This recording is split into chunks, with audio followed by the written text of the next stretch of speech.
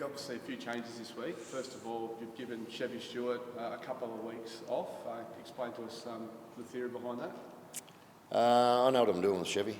He's a young boy. He's had 3 very big games. I've actually sent him home yesterday for the weekend. Have some time at home with his family.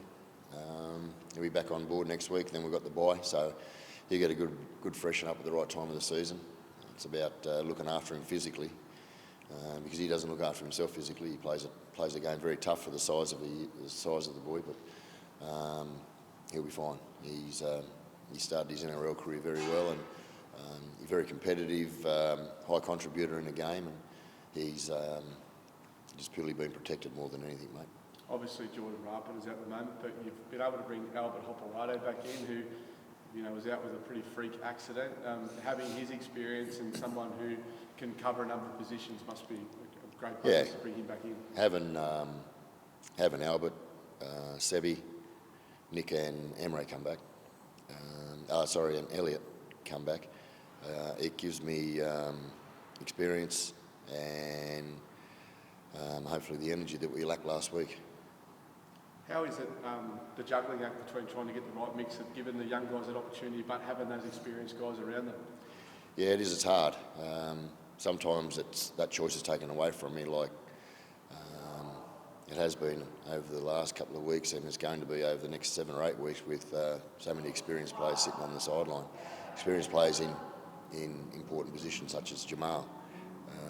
We've missed that voice, but the young bloke's got to come up and step up now, and they've got that opportunity. So, albeit we're very disappointed with last week, we've got to correct that.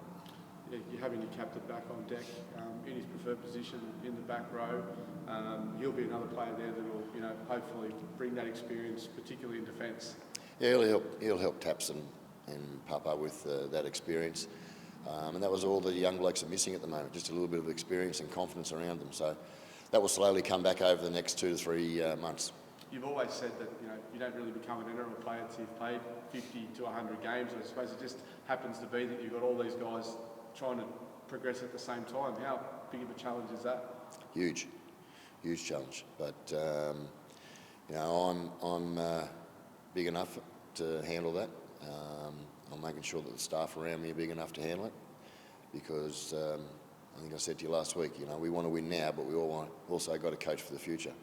Obviously, the performance last week wasn't what you were looking for at any stage of any game, but this week, what are you looking for the team to bounce back and how? I just answered that. I just said, we've got to have a change. We've got to get rid of last week and change. We need to turn up and win.